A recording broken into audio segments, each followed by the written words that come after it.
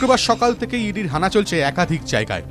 কলকাতা, হাওড়া, সোনারপুরের সুভাষগ্রাম, সল্টলেক একযোগে তল্লাশি চালায় কেন্দ্রীয় তদন্তকারী সংস্থা। সন্দীপ ঘোষের বেলেঘাটার বাড়ির পাশাপাশি সন্দীপ ঘনিষ্ঠ একাধিক ভেন্ডার, ব্যবসায়ী বাড়িতে অভিযান বলে জানা যায়। হাওড়ায় কৌশিক কোলে, বিপ্লব সিংহের বাড়ি, সুভাষগ্রামে প্রসূন চট্টোপাধ্যায়ের বাড়ি, হুগলির কুণাল রায়, সল্টলেকে ব্যবসায়ী স্বপন সাহার বাড়িতে এদিন হানা দেয় ইডি। এমনকি হুগলির চন্দননগর পাদ্রিপাড়ায় সন্দীপের শ্বশুর বাড়িতেও যায় ইডি। অর্থাৎ সন্দীপকে এবার ধীরে ধীরে ঘিরতে শুরু করেছে এনফোর্সমেন্ট ডিরেক্টরেট। ইডি যখন সন্দীপ ঘোষের বেলেঘাটার বাড়িতে অভিযান চালায়, বাড়ির গেটের সামনে মুখ ঢেকে এসে দাঁড়ান সন্দীপ পত্নী। যে অভিযোগগুলো উঠছে, এই অভিযোগগুলো হ্যাঁ কেন কেন এই মিথ্যাগুলো কেন হচ্ছে তাহলে? কিন্তু কাগজপত্র তো বলছে উনি ব্যাপক দুর্নীতি করেছেন, যে সমস্ত তথ্য পেয়েছে সিবিআই। আজকে আবার ইডি আসলো আপনাদের বাড়িতে, সিবিআই গ্রেফতার করেছে। মানে আপনি বলছেন সন্দীপ বাবু কিছু করেননি? হ্যাঁ,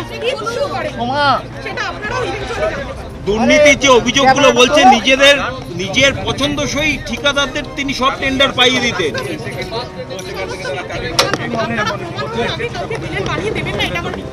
UEM Jaipur is a perfect target for prospective students aspiring for good jobs, good education with future-ready skills.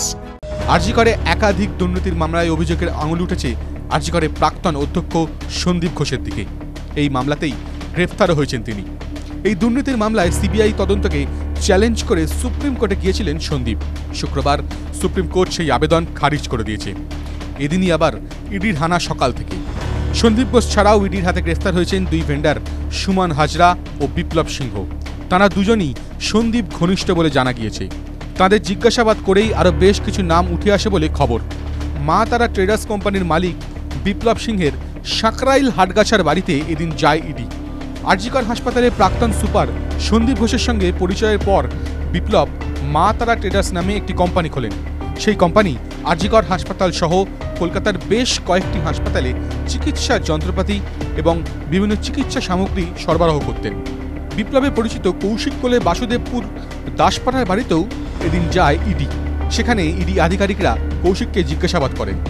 স্থানীয় বাসিন্দারা জানান, কৌশিক ইনকাম ট্যাক্স সহ সেল ট্যাক্স সহ বিভিন্ন বেসরকারি সংস্থার আর্থিক হিসাব নিকাশের কাজ করতেন।